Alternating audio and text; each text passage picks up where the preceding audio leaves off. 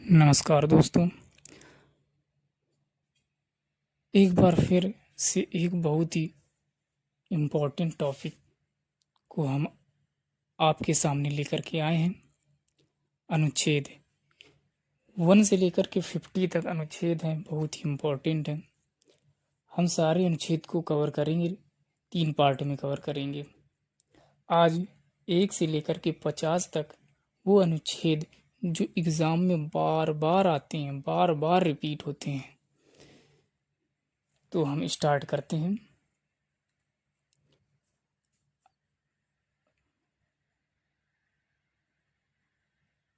अनुच्छेद 1। अनुच्छेद 1 का मतलब होता है राज्यों का संघ। अनुच्छेद 1 क्या? राज्यों का संघ। अनुच्छेद 2। अनुच्छेद 2 नए राज्यों का प्रवेश। अनुच्छेद 2 में है क्या? नए राज्यों का प्रवेश। जैसे नया राज्य जोड़ा गया था, कौन सा? सिक्किम। सिक्किम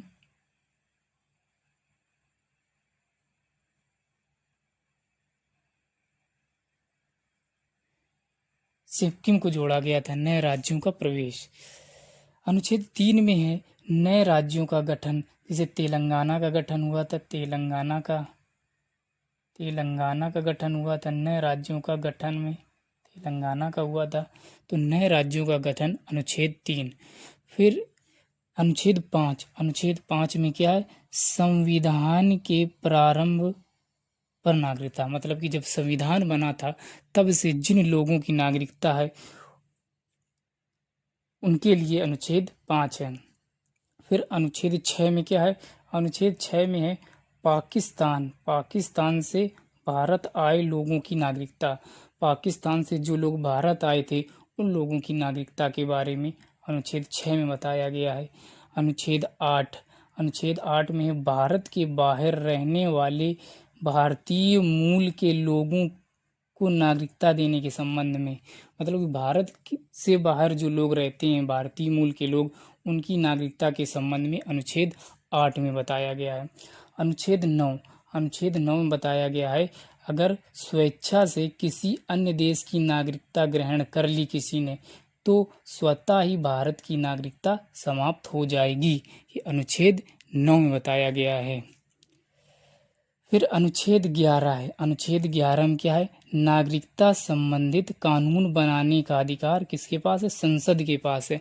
नागरिकता संबंधित कानून बनाने का अधिकार संसद के पास है। अनुच्छेद 13 में है संसद किसी कानून को मौलिक अधिकार के असंगत बनाता है तो न्यायालय इस कानून को समाप्त कर सकता है। न्यायालय इस कानून को समाप्त कर सकता है, मतलब कि न्यायिक पुनरावलोकन। मतलब कि अगर संसद ने कोई भी कानून बनाया जो संविधान के अकॉर्डिंग नहीं है, संविधान का उल्लंघन हो रहा है, संविधान की असंगत है, तो क्या कर सकता है? तो न्यायालय इसका न्यायिक पुनरावलोकन कर सकता है। अनुच्छेद 14 में दिया गया है विधि के समक्ष समता का अधिकार।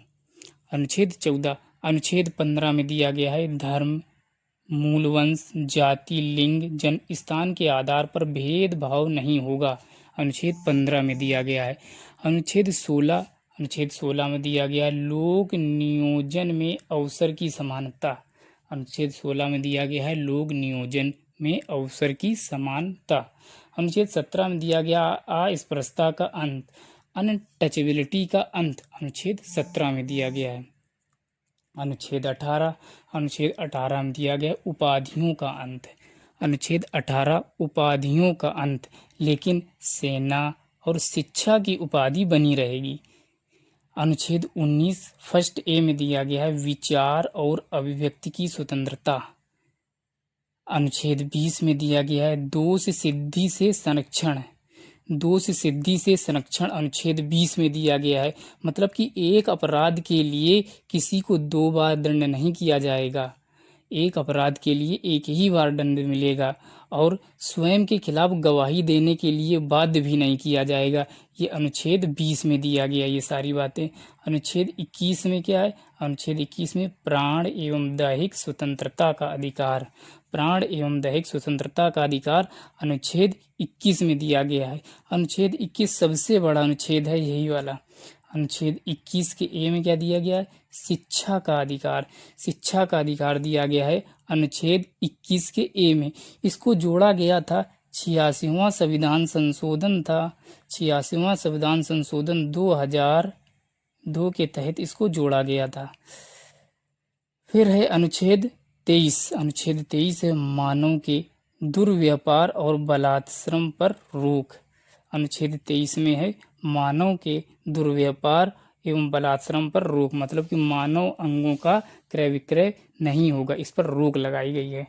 अनुच्छेद 24 है। अनुच्छेद 24 है कारखानों में बच्चों के नियोजन पर रोक। कारखानों में बच्चों के नियोजन पर रोक। फिर अनुच्छेद 25। अनुच्छेद 25 अंतःकरण की स्वतंत्रता। अंतःकरण की स्वतंत्रता का मतलब है कि कोई व्यक्ति किसी भी धर्म को अपना सकता है। कोई व्यक्ति किसी भी धर्म को अपना सकता है। अनुच्छेद 27। अनुच्छेद 27 में दिया गया है किसी भी धर्म की वृद्धि के लिए कर नहीं लिया जाएगा, मतलब कि टैक्स नहीं लिया जाएगा। टैक्स नहीं लिया जाएगा। अनुच्छेद 28 है कुछ शिक्षा संस्थाओं में धार्मिक शिक्षा या धार्मिक उपासना में उपस्थित होने के बारे में स्वतंत्रता है। अनुच्छेद 28। अनुच्छेद 29 में अल्पसंख्यक के हितों का संरक्षण। जो अल्पसंख्यक लोग हैं उनके हितों का संरक्षण दिया गया है अनुच्छेद 29 में। अनुच्छेद 23 में दिया गया है अल्पसंख्यक शिक्षण संस्थान की स्थापना कर सकेंगे और उसका प्रशासन भी कर सकेंगे। ये अनुच्छेद 30 में दिया गया है। अनुच्छेद 32 में क्या दिया गया है? अनुच्छेद 32 में दिया गया है संवैधानिक उपचारों का अधिकार। संवैधानिक उपचारों का अधिकार अनुच्छेद 32 में दिया गया है। इसी को ही डॉक्टर भीमराव अम्बेडकर ने क्या कहा था? संविधान की आत्मा कहा था। इसे ही क्या कहा था? संविधान की आत्मा कहा था। नेक्स्ट अनुच्छेद 33 में। अनुच्छेद 33 में है सैन्य बलों के मूल अधिकार को सीमित करने का अधिकार किसके पास है? संसद के पास है। सैन्य बलों के मूल जो अधिकार होते हैं उसको सीमित कर सकता है कौन? संसद।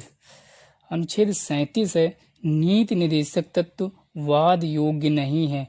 अनुच्छेद 37 में क्या है कि नीति निर्देशक तत्व वाद योग्य नहीं है।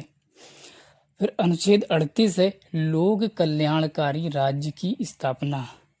अनुच्छेद 38 में लोक कल्याणकारी राज्य की स्थापना। अनुच्छेद 39 का ए में है निःशुल्क और विधिक सहायता। अनुच्छेद 40 में है ग्राम पंचायत का गठन। अनुच्छेद 41 में है सभी लोगों की शिक्षा, काम और लोक सहायता उपलब्ध करवाना। अनुच्छेद 41 में दिया गया है। फिर अनुच्छेद 42 में दिया गया है प्रसूति सहायता का उपबंध। अनुच्छेद 43 में दिया गया है राज्य ग्रामीण क्षेत्रों में व्यक्तिगत या सहकारी आधार पर कुटीर उद्योग को बढ़ावा देने का प्रयास करेगा। किसको बढ़ावा देने का प्रयास करेगा? कुटीर उद्योग को बढ़ावा देने का प्रयास करेंगे। कौन करेंगे? राज्य। अनुच्छेद 44 में क्या दिया गया है? नागरिकों के लिए एक समान सिविल संहिता। एक समान सिविल संहिता नागरिकों के लिए अनुच्छेद 44 में दिया गया है। ये इम्पोर्टेंट बहुत है ये। अनुच्छेद 45 में क्या है? अनुच्छेद 45 में है बालकों के लिए निःशुल्क और अनिवार्य शिक्षा की बात की गई है 45 में। इसके बाद 47 में देखते हैं। 47 में पोषण युक्त भोजन की बात की गई है। पोषण युक्त भोजन की बात की गई है अनुच्छेद 47 में। अनुच्छेद 48 में की गई है बात गौवध पर रोक। गौवध पर रोक अनुच्छेद 48 में गौवध पर रोक। अनुच्छेद 48 के ए में क्या कहा गया है? क्या कहा गया है? राज्य पर्यावरण का क्या करेगा? संरक्षण करेगा तथा वन एवं वन्य जीव की रक्षा करेगा। राज्य पर्यावरण की संरक्षण करेगा और वन और वन्य जीव की रक्षा करेगा।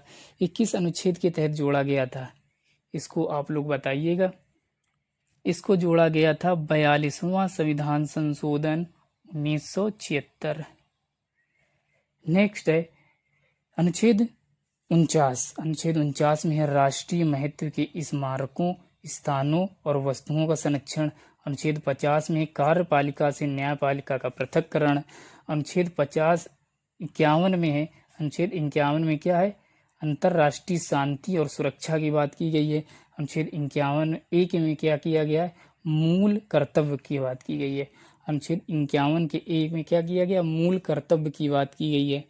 अनुच्छेद 51 मूल कर्तव्य जो जोड़े गए थे वो किस संविधान संशोधन के तहत जोड़े गए थे, ये भी 42वां संविधान संशोधन था 1976, और क्या था, सरदार स्वर्ण सिंह समिति की सिफारिश पर जोड़ा गया था। सरदार स्वर्ण सिंह समिति की सिफारिश पर इसको जोड़ा गया था।